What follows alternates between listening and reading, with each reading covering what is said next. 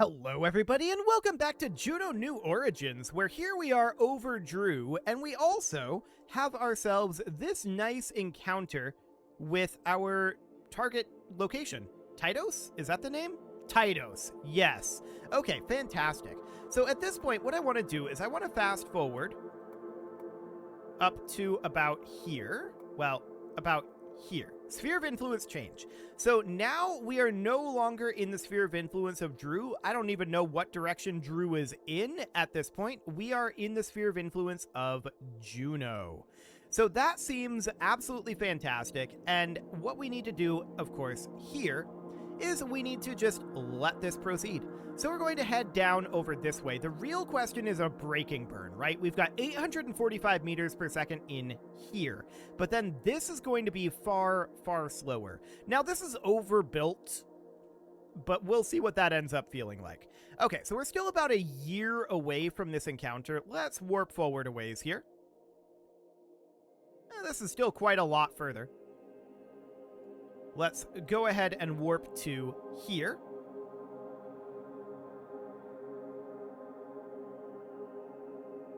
Oh, the closest approach is going to be in 316 days. Yeah, not the encounter. Okay, so let's warp forward until we're in the encounter. There we go. Now my question is, if we burn at the periapsis, what will it cost us to circularize? Okay, that's going to be a little expensive, but that's not bad. We could do this in 2 passes if we really felt like we needed to. And ultimately, I feel like that's probably the way to go. So here's what I'm going to do. I'm going to do this. We're going to warp on in. And if we know that this is going to be like over a year, then the burn time on the ion engines should be fine, all things considered. So let's burn out the remaining fuel here. Get that completed. That's going to be the majority of this burn, but we're not going to complete this burn on this pass. So we're just getting ourselves into orbit, which we are now. We are now in orbit. And we're just burning out the entirety of this fuel. Once this fuel is gone, then we're going to take a second pass around here. And we're going to do the rest with ion fuel. So we're about 5% fuel remaining. So 2, 1, and we're burnt out. And now we're using our ion fuel. As you can see, this has very high thrust to weight.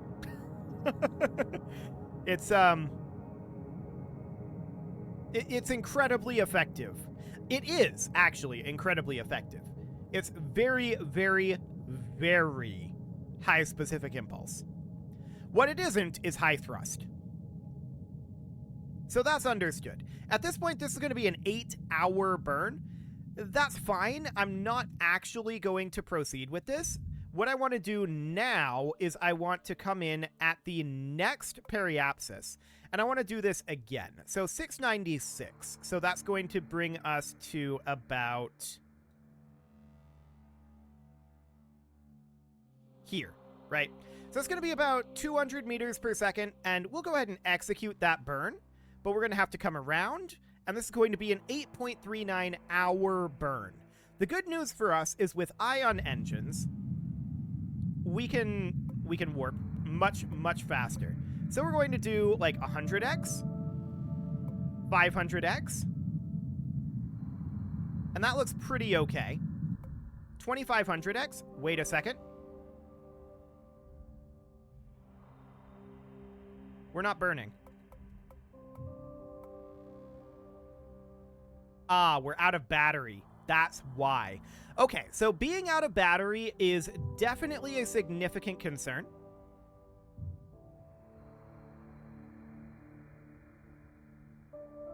Okay, let's delete that burn then, and let's keep ourselves here. So we're going to be recharging our batteries. The question is, on the way around, let's go ahead and warp here for right now. How are we doing on battery charge? Battery is at 0.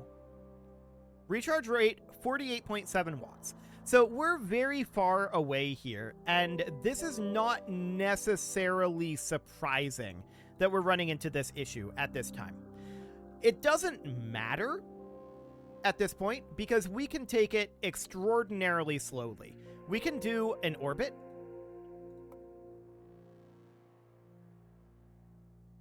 There we go. And we generated 2% battery, right? Alternatively, we could just say this experiment is over and have a smarter power solution like RTGs or something. I don't know what the options are for those in this particular game, so that's definitely a bit of a concern. But we don't really need to be all that concerned about it because all we actually need to do is this for a while. I'm going to zoom way out here so that it's a little bit less flashy. We're on 5 million X right now, and we can see this bar here is our battery bar. So that's coming right on up. Fantastic. It's very slow, but it does do the trick. So that was always a bit of a concern here as we get further and further out from the star. We're going to have to solve that problem for sure. So around at the periapsis, we're now going to look to drop this down to 696, but this is going to be a multiple pass operation at this point, right? So that's reasonably fine. We get about an hour of burn time, which is really not enough.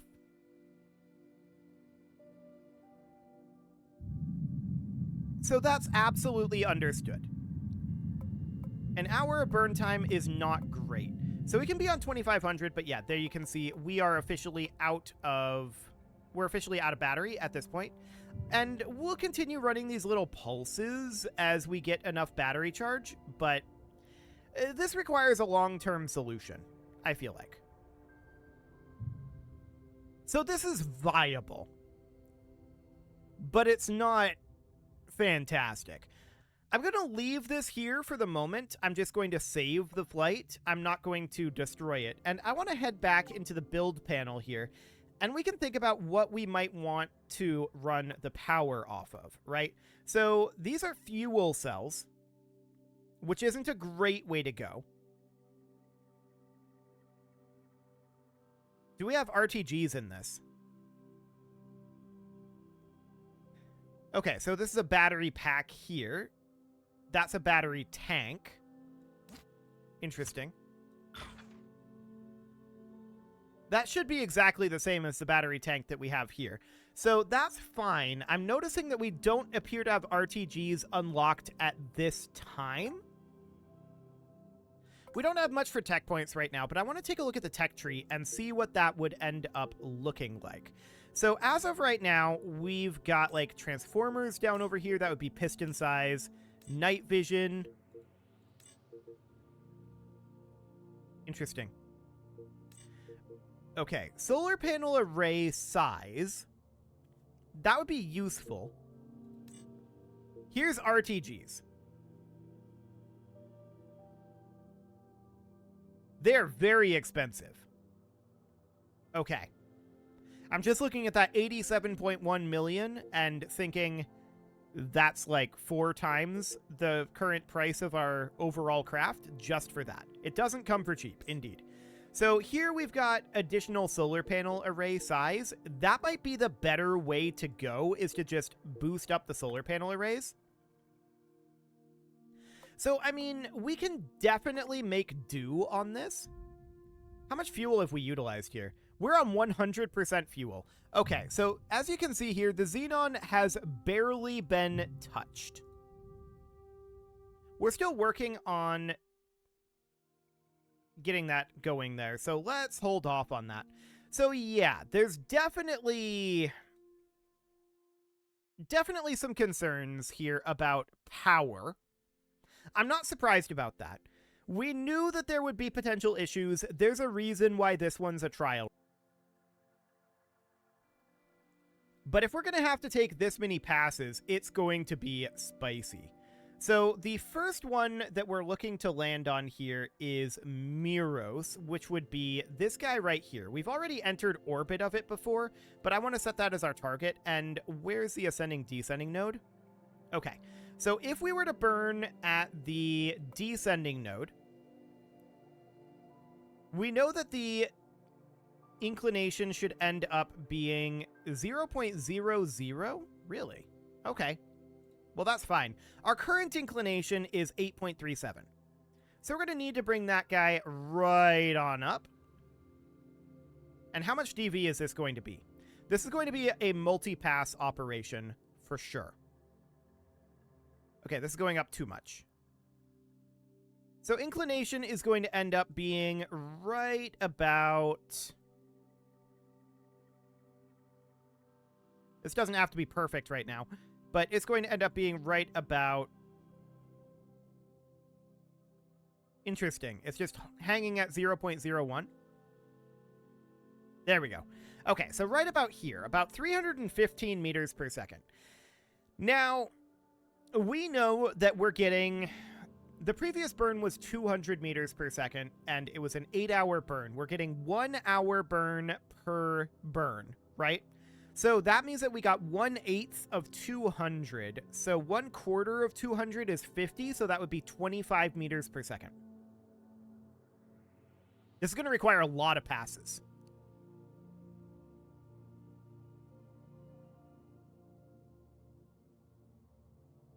Well, okay then. I don't really see an option. It just needs to happen. It's going to be very tedious. That's for sure. But it does need to happen. So we're going to get rid of this right here. And now we're doing this, of course. But we're on 1 million X, and let's bring this up to 5 million. That causes us to recharge reasonably okay. Okay, down we go to normal speed. We're basically, okay, we're past the descending node at this point, so we should go to the ascending node. And we're going to want to move our inclination this way a little bit, but even this is going to be too much burn. So we know that we can handle about 25 meters per second per run here. So yeah, this is going to be 1.01 hours. So let's go ahead and execute that. There we go. And solar panels are, it's just the distance from Juno, right? That's the reason why the solar panels are struggling here. Okay, we have commenced this burn. Let's take this up to 500x. Okay, so we didn't even get the full amount there. We got about 22 meters per second. Well, actually, no, like 21 meters per second. Okay, so that's going to be very, very, very tedious. We can plan a burn here at the descending node, and then that's going to be a similar reduction of our inclination, so that would be up over this way. Even that's going to be way too much, and we're not going to have our battery charge there. But look at that, we managed to use 1% fuel, so that's neat. But this is not actually going to function, right? Because we don't actually have any power. So at this current speed, that's going to take like 34 days.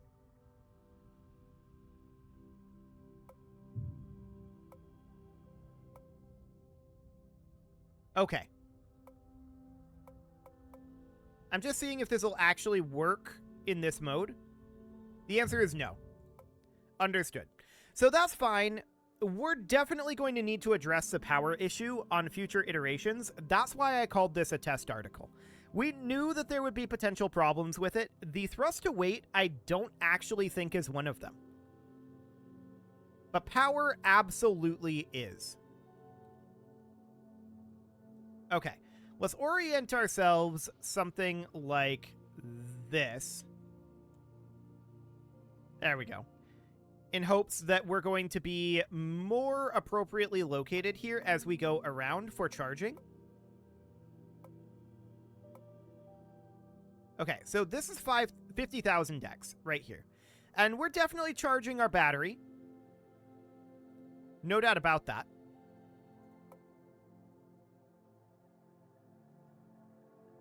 It appears to be reasonably appropriate. This is kind of dizzying at 1 million X. And that's at 5 million X. Let's not do that right now. Okay, we're just letting this battery charge on up. Battery is absolutely going to be a significant problem for us going forward, but we have to do it this way. That's interesting.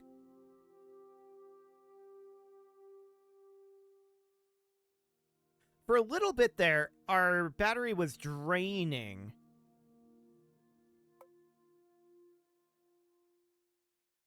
Orientation isn't ideal here. Okay, so we would orient ourselves, you know, something like this.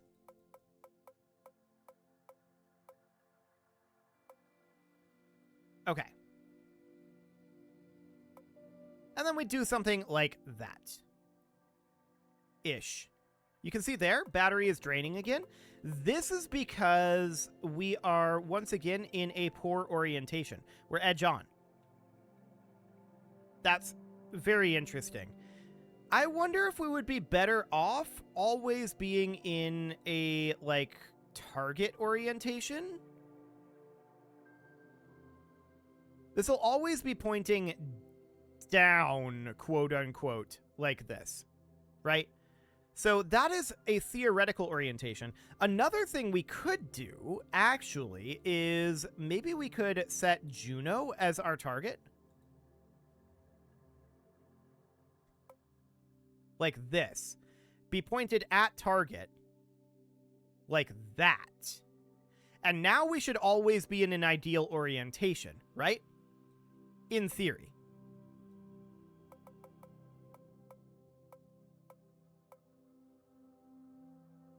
Yeah, that should be much better.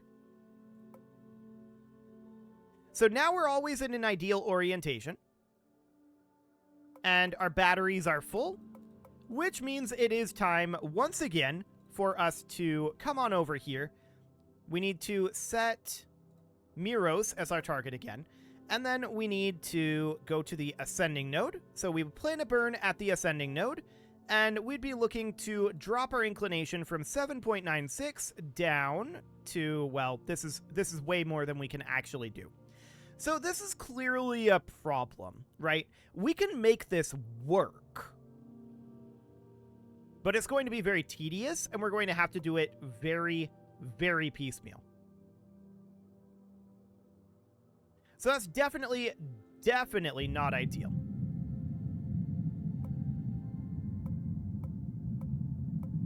Battery is absolutely the primary issue. You can see there goes the battery, and we are out of battery.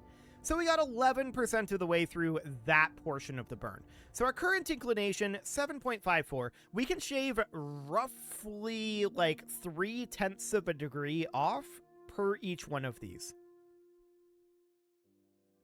So that's very tedious. No doubt about that. There is a way that we can work around it just for the sake of time, but I don't like that way. What that way would be is there is in the developer the cheat console here, there is a code. I don't remember what the code is. It's something weird. It's like I think that's it. IDDQD.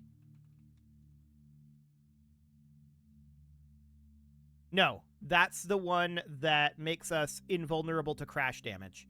Okay, we turned that one off. What was it then? I think it's MLI. Yeah. So we're currently in MLI mode. What that means is that we don't require resources to do any burns.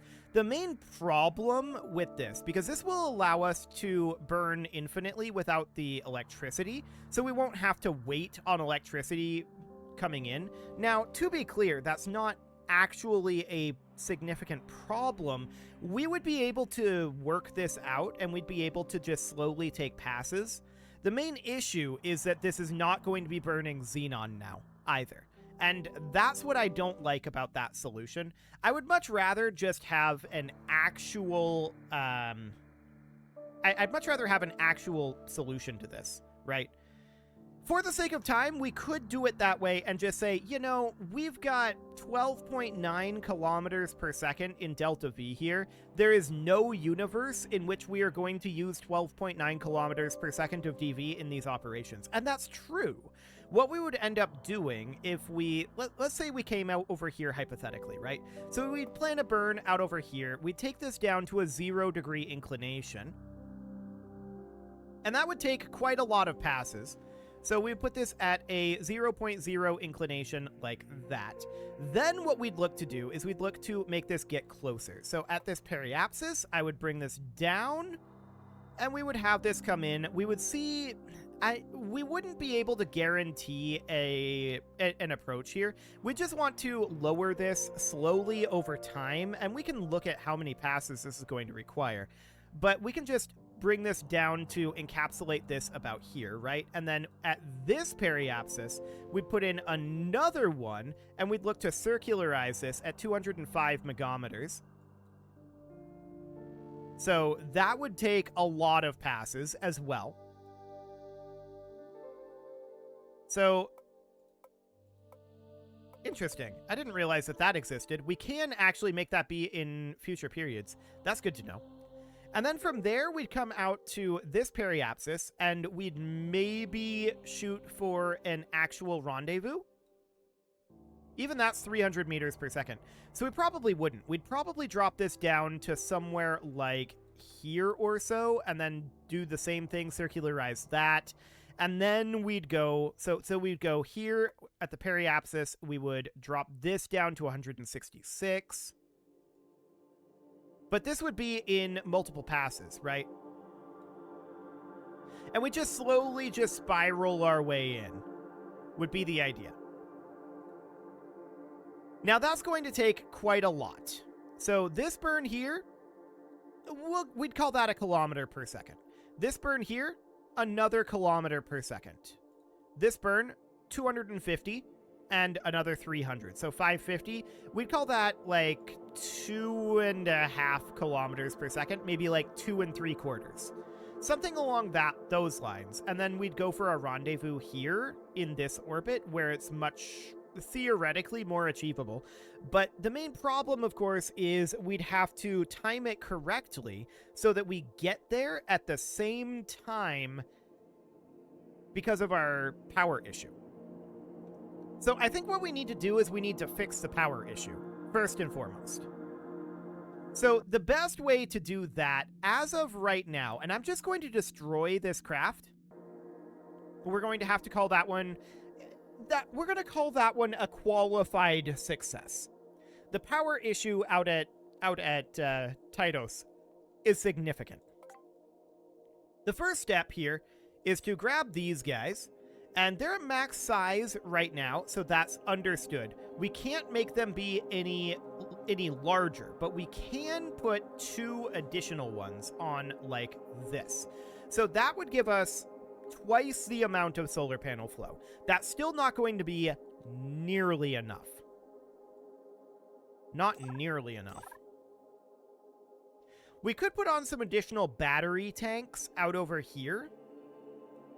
Or potentially just some battery packs out like this. That's interesting. We adjust the size this way. So what's the mass of this? That's 307 kilograms, and I'm just looking at the watt hours. It's really not very worthwhile, is it? Okay, so power flow is the main thing that we would need for these ion engines. Okay, so this is plenty of xenon. We know that this is more than enough xenon. I'm going to drop this down from, this is what, like 1.3 meters? I'm going to drop this down to like 0.8 meters, like that. And then that means that we can increase this to 1.5 meters. That'll give us a little bit of extra burn time there. And the xenon, it's still going to be enough. We're going to have plenty of xenon. I'm not concerned about that. So that'll give us a little bit more battery power and a little faster charge time. But that's not going to fundamentally solve the issue. It is time to put a cut in here, so I'm going to go ahead and do that. And next episode, we're going to see if this is a little bit more efficient in terms of time. It's not going to be much, but it's definitely, we have more battery here and more battery charge, but that's not going to solve the fundamental issue. It really, really, really isn't. So, we'll see. You can leave your offerings to the engagement gods in the form of likes, comments, subscribes, and bell ringings, and a very special thank you to all of the channel members for making this video possible, including ALS Gamer, Andy McGar, Dark Horse, Xenocyte, Upper Cumberland Gamers, Nick Smarty, Dimitri H, Punching the Microphone, The Lounge STL, and all the rest. And of course, you. Thank you for watching. If you'd like to support the channel, you can click the join button down below the video, and as always, I will see you all next time.